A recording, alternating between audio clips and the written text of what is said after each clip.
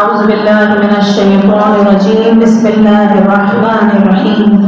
الحمد لله الملك الحق المبين خالق السماوات والأرضين، والصلاة والسلام على صاحب الدعوة النبوية والعصمة الفاطمية والسولة الحيدرية والحلم الحسنية والشجاعة الحسينية والعبادة السجادية والمعاصر الباقرية والآثار الجعفرية والعلوم الكاظمية والحجج الرضوية والجود النقوية والنقابة النقوية والحيبة العسكري والغيبة الإله القائم بأمر الله بلند صلوات.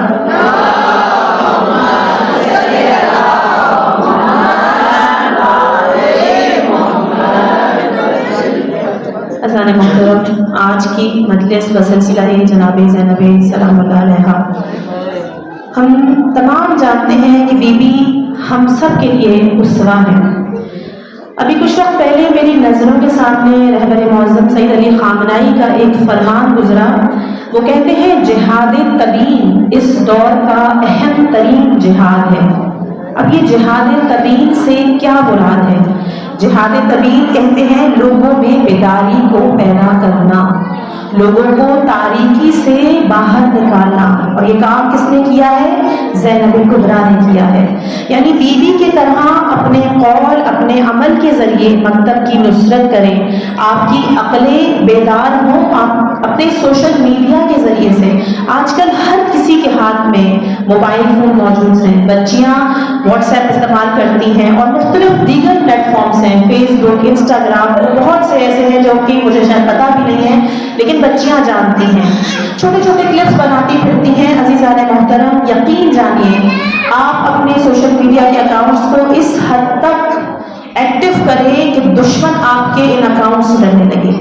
اس جنگ کو کہتے ہیں نرم جنگ، کہ اپنے موبائل کو اس وقت ہتھیار بنا لیجیے. ہر عورت اپنے موبائل کو ہتھیار بنا لے، یہ دشمن نابود ہو کر رہے گا. کیونکہ جناب زینب کبریٰ نے کربلا لوگوں کے سامنے تھا کہ ختم ہو چکی ہے. امام حسین شہید ہو چکے، سارا خانوادہ شہید ہو چکا، لیکن کس نے کربلا کو اب تک قائم رکھا؟ وہ زینب کبریٰ کی ذات ہے. بی بی تمام مومن و مومنات کے لیے اسوہ ہیں، تمام انسانیت کے لیے، لیکن خصوصاً اس 21ویں صدی میں کہ جب ایک لحظہ بھی ایسا نہیں ہے کہ کسی بھی دنیا کے کونے میں کہیں جنگ نہ ہو رہی ہو.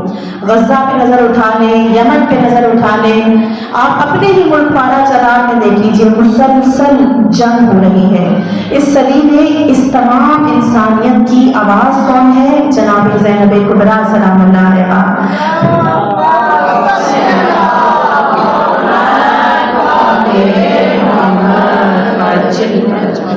ایک دفعہ پہلے بھی مثال دے چکی ہوں کہ سمجھے آپ کے سامنے ایک پٹری گزر رہی ہے جس سے ریل گاڑی گزرتی ہے، ٹرین جس کے اوپر سے گزرتی ہے، اور کوئی دہشت گرد آئے اور وہ کہے کہ میں اس پٹری کو ہی ختم کر دوں گا تاکہ اب جو ٹرین آنے والی ہے وہ اس کھائی میں گر جائے.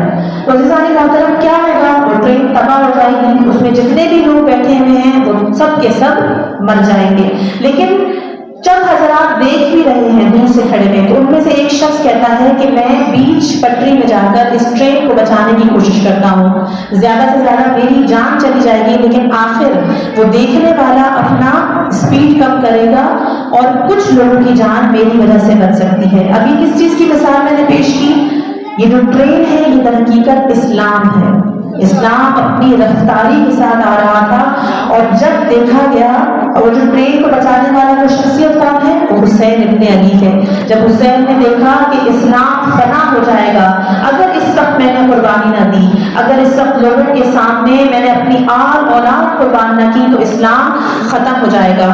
اور وہ جو لوگ کھڑے ہوئے دیکھ رہے تھے، جو بتانا چاہ رہے تھے کہ ٹرین کو بچانے والا شخص ہے، اس نے خودکشی نہیں کی ہے بلکہ اس نے تم سب کی جانیں بچائی ہیں، وہ اس مثال میں زینب کبریٰ اور سید سجاد ہیں. تو انہوں نے لوگوں تک یہ پیغام پہنچایا. اگر زینب کبریٰ نہ ہوتی تو یقیناً یہ کربلا ختم ہو چکی ہوتی، یہ کربلا ہم تک نہ پہنچتی، بلکہ ہماری زمانے میں جو باقر صدر ہے ان کی جو بہن ہے ان کو بھی اسی لیے مروایا گیا تھا.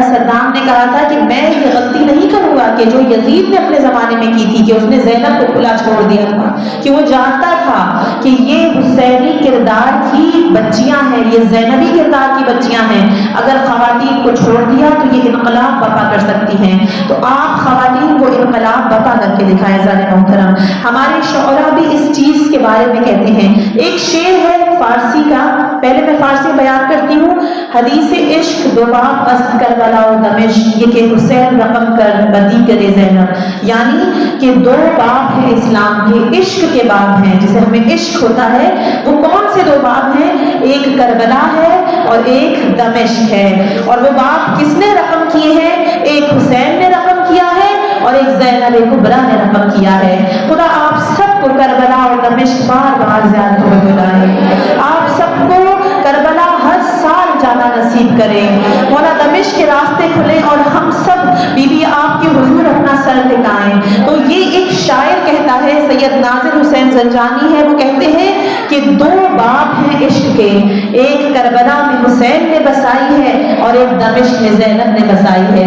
अगर करबला देखें तो करबला क्या था? एक बंजर जमीन थी, एक सहरा था। लेकिन अब अगर जाने वाले जो जा चुके हैं वो अपनी नजरों में करबला के मंजर लेकर आए, हुकूमत हुसैन नजर आती है। जगह जगह पे एक ऐसी रौनक है कि लगता ही नहीं है कि ये उस जमाने की करबला होगी। और जो दमिश्क जा चुके हैं, खुदा आप सबको दमिश्क बुलाए। बीबी ज़ैनब के आप हरम में जाए, वहां जाकर देखें, वो किसी मुसलमानों का मुल्क नहीं है, लेकिन क्या लिखा होता है कि ये शहर किसका है? ये ज़ैनब का शहर है। वो जगह जहां पर बीबी ज़ैनब के साथ क्या सलूक हुआ हम सब सुनते हैं मसाइल में, लेकिन वहां किसकी हुकूमत है? ज़ैनब कुबरा की हुकूमत है। ज़ैनब की ज़ात बावाज़े बुलंद तक सरवार